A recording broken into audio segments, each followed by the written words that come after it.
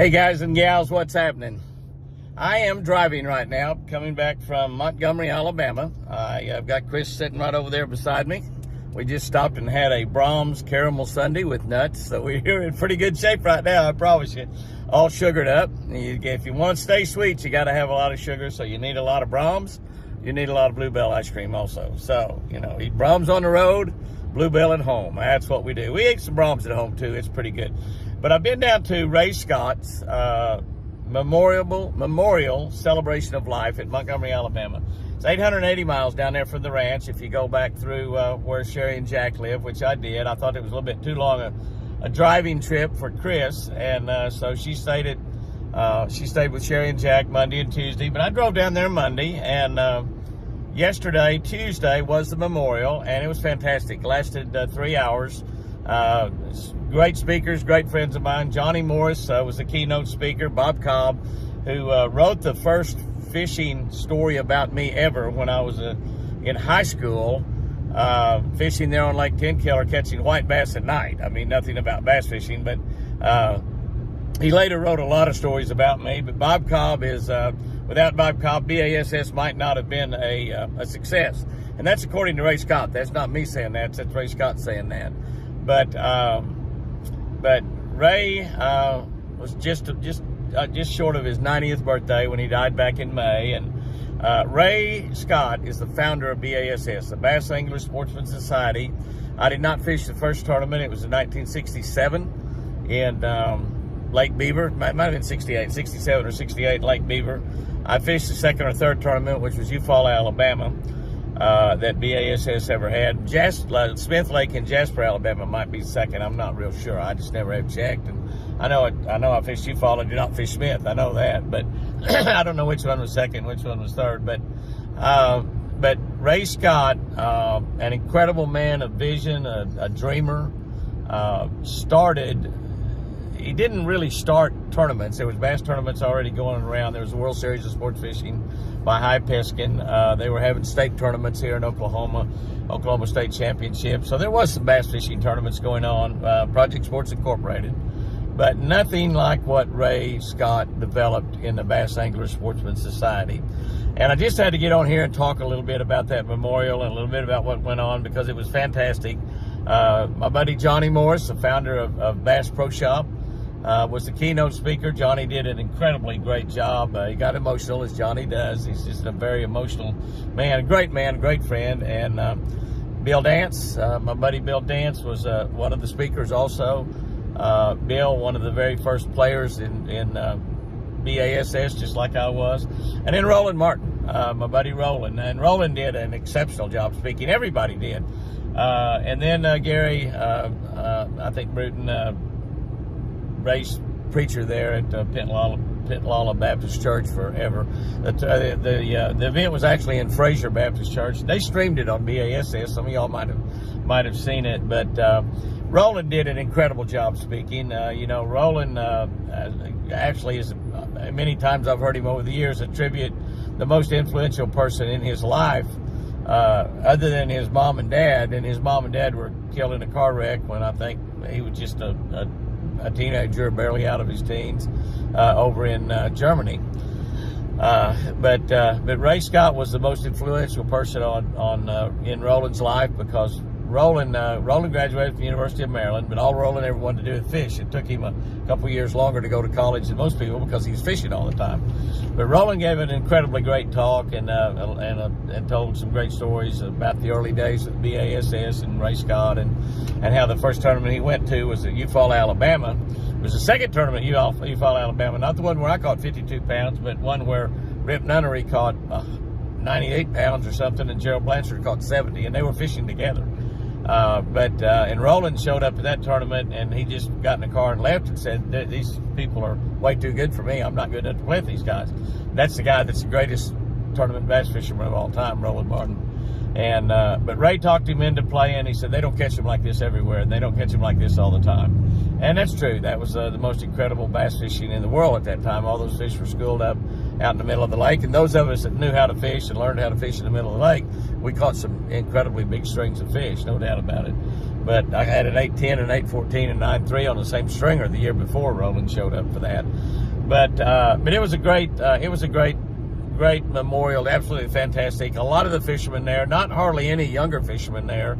As a matter of fact, maybe the youngest bass tournament fisherman that I saw, that I knew, there might be one or two there and I didn't know, I don't know, was Kevin Van Dam. And Kevin is over 50, so he's not a young guy. But there was a lot of picture taken. I got a picture sent to me that had Bill Dance and Roland Martin and Johnny Morris and Hank Parker and Helen Sevier, who owned bass for quite some time, and Hank Parker and myself in it. And that is like absolute royalty in the bass fishing world, and always will be, irrespective of what kind of records and tournaments and things people win in the future. That is bass fishing royalty right there. Bill Dance, Hank Parker, Roland Martin, Johnny Morris, Bob Cobb, the editor for Bass, and Helen Sevier, like I said, a long time owner of BASS, and myself. It just it's an awesome picture. It's one that I'll cherish as long as I live, and I'm sure my kids will cherish a long time after I'm gone. But the amazing thing, when you listen to all the things that went on there, and I looked around, and that picture I'm talking about had over 20 Angler of the Year titles in that picture. Not many Classic championships, because I think Hank was the only one up there, the bunch that had won a Bassmaster Classic. Roland, Bill, and I never won one. Neither did Johnny. Johnny Morris actually fished 5 Bassmaster Classics. He qualified for the first 5 Bassmaster Classics, but he didn't win any of them. But then he decided he'd rather sail boats and motors and rods and reels for a living. He's done pretty good at that. But as I looked around there was a lot of the older fishermen that fished tournaments and have quit, like Junie Copley, who was a really good tournament fisherman. And but you know, Paul Elias is there, Shaw Grigsby, David Fritz, so many. I was surprised at a few that were not there, like Ricky Clunn. I didn't see Denny Brower, and I'm sure I would have seen him if he was there. But Bo Anello, who shot for BASS for years, who shot camera for me in the first few years of Jimmy Houston Outdoors, he shot and edited for me both. And Kathy Anello, we lost Bo about a year ago, but Kathy Anello, Bo's beautiful wife, was there, visited with her for quite a while. Dewey Kendrick and his wife Charlene, longtime tournament director for BASS, and just an amazing deal. But the thing about it is, as I look around, and I just want to do this video to share with some of y'all out there how important Ray Scott's life really was. You know, your life as you travel through this short period of time, 70 or 80, or as it was 90 years with Ray Scott, as you travel through that, you need to think about everything you're doing, and your goal in life should be to leave this world a better world than it was when you were born. And you don't have to be somebody that started something like BASS to do that, although Ray left this world indelibly better than it was in huge, giant ways. And I heard him say that the thing that Ray Scott was the most proud of in all of his life was instituting catch and release, which when we started fishing tournaments, there was no such thing as catch and release. It was not even heard or thought about. I mean, you know, Chris and I so many times went over to Lake Dardanelle in the middle 70s and would catch a 20 bass limit, usually out 10 bass.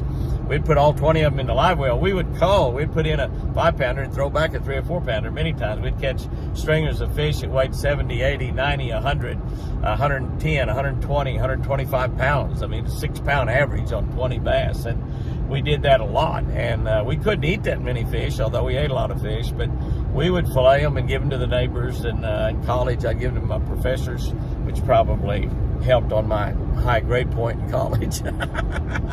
I'm just saying. I mean, I'm not saying that those guys gave me a better grade because I gave them fillets, but by golly, they should have. I guarantee you that. But we gave away hundreds and hundreds of pounds of bass fillets from not just 2 and 3 pound bass, but 5, 6, 7, 8 pound bass, 9 pound bass.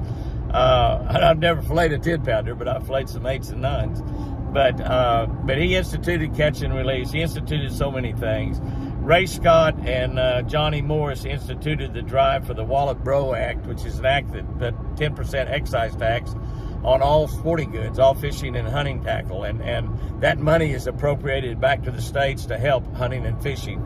And I'm not in favor of taxes. I think our government, they take in probably 3 or 4 times more taxes than they really need to run the government, and they just waste so much, and they give so much away, and they give billions to people that are not even Americans, and hundreds of billions to people that are not even Americans. So I'm not in favor of taxes, but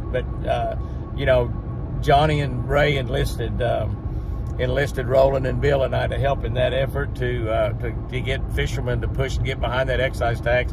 And it was a tax on everything we bought, 10% on every lure, every rod and reel, every line, every fish hook, every slip sinker, everything. And but it has given hundreds of millions of dollars back to the fishermen. And so far, Congress has not been able to steal that money. All that money is still going back into hunting and fishing, which is just absolutely incredibly fantastic. And very few things have happened that way in our Congress, where the money was actually gone back to where it was supposed to be.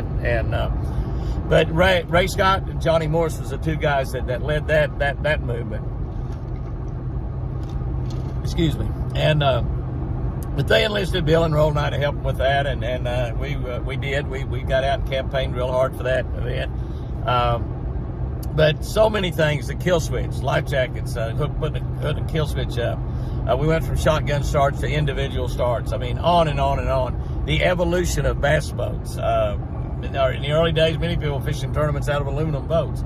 The evolution of aluminum bass boats, where Johnny Morris decided to make. All of that was started by Ray Scott and his vision to concentrate tournaments on one fish, a largemouth bass. And as we moved around the country, that incorporated smallmouth and spotted bass, Kentucky bass. In Alabama, they call them Alabama spotted bass. Most everywhere else, they call them Kentucky bass, spotted bass. We got a lot of them here in Oklahoma, a lot of them in Lake Tenkiller. But as I look around that room, and the people that were there, and like I said, there wasn't hardly any of the younger fishermen there, which is a shame, but nearly all of the old guys that's in bass, like I said, Paul Elias, Shaw Grigsby, on and on and on, were there, and certainly all of the really big name people in the game were there. Of all of the careers that have been made, Johnny Morris made a statement, I don't know what I would be doing for a living had it not been for Ray Scott. And I kind of think, honestly, Johnny Morris would have still started selling fishing tackle in his dad's liquor store and would still have Bass Pro Shop today. That's my opinion. I might be wrong. Johnny says he doesn't know what he'd be doing, but I think he still would. But when you look at Johnny Morris, Earl Bentz was there. They had pictures of Forrest and Nina Wood up there. Earl Bentz started Stratus Smoke Company, and he later started Triton, and he owns Cayman Smoke Company right now. Actually, billionaires in this game, and they're billionaires because of Ray Scott and a largemouth bass and tournaments, and a handful of redneck tournament fishermen like Bill Dance and myself and Roland Martin and several others that believed what Ray Scott was selling, that this would be a big game someday. And he was right all along. He was right. I look around at all those fishermen in there. Many of them have never done anything but fish tournaments all their life. Gary Klein is a great example. Started fishing tournaments. Zell Rowland started fishing tournaments actually when they had to lie about their age to get in tournaments because they wasn't old enough to fish them, and have never done anything all their life but be involved in fishing tournaments and then all the surrounding things that surround tournaments. Probably the biggest television outdoor shows that there's ever been was represented right there in that room with Bill and Roland and Hank Parker and myself, and including the Bassmaster television series, a giant television show of itself. And I think back of all of the television shows, and there's hundreds have been come and gone, and hundreds still out there right now. I think back, and I don't know, I might be wrong, but I would probably put when you get past Bill and Hank and Roland and myself, maybe Al Linder as the next largest outdoor show, and Al fished BASS tournaments too. He owes a lot of what he did to the fact that Ray Scott started BASS, and all of those careers. Not only did he create tournaments, but he created an industry that is creates billions and billions of dollars every single year. An industry that has made billionaires, not just millionaires. It's made a lot of millionaires. I mean, there's a lot of people out there, including myself, that's won over $1 million tournament fishing, just in tournament winnings, not counting personal appearances and sponsorships and television shows and lures, selling lures. You know, I sold Red Man spinnerbaits to Sam Walton when he had 13 stores. 13 stores. Sam Walton started Walmart. And I just wanted to I guess, pat Ray on the back, or long distance from here to heaven, give Ray a big hug. And just let every one of you out there know, and many of you don't even fish. I know that's on our Twin Eagle Ranch YouTube channel, and a lot of you on Facebook don't even fish, but you're on there because of our ranch channel, our deer, our daily devotional channel, Catch a Better Life. But I just wanted to, I guess, pat Ray Scott on the back and just set him up there and hold him up, put him on a pedestal for a little bit. Ray was not a saint. He probably is now. You know, once you get to heaven, that's what you become. You become a saint. Very few of us are saints here on earth. I certainly don't fall into that category. But Ray was a born-again Christian, a believer, and I understand from a story that Hank Parker told me, and it might not, probably even should be sharing this, that Ray had been called to preach by God himself, and he had run from God for a long, long time. But Ray was a good Christian man, did an awful lot for his church, did an awful lot for youth in the area, teaching them Sunday school class and things like that. So he ran from God from the preaching standpoint, but he devoted his life to God as well. So, but he created something that will live forever.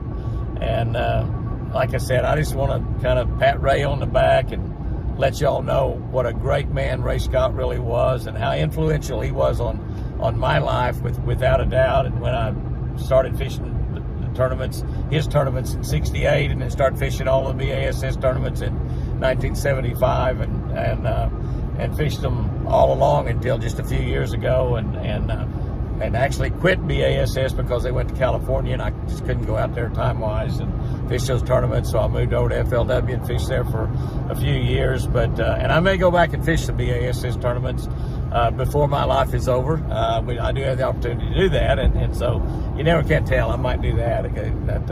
But I just want to personally, publicly thank Ray Scott on behalf of myself and on behalf of everybody that's out there in the bass fishing game, not just tournament fishermen, but people like Earl Benz and Johnny Morris and Forrest Wood. Forrest fishing was like Johnny. He fished tournaments for a long time. But just thank Ray for what he created, and he built an industry.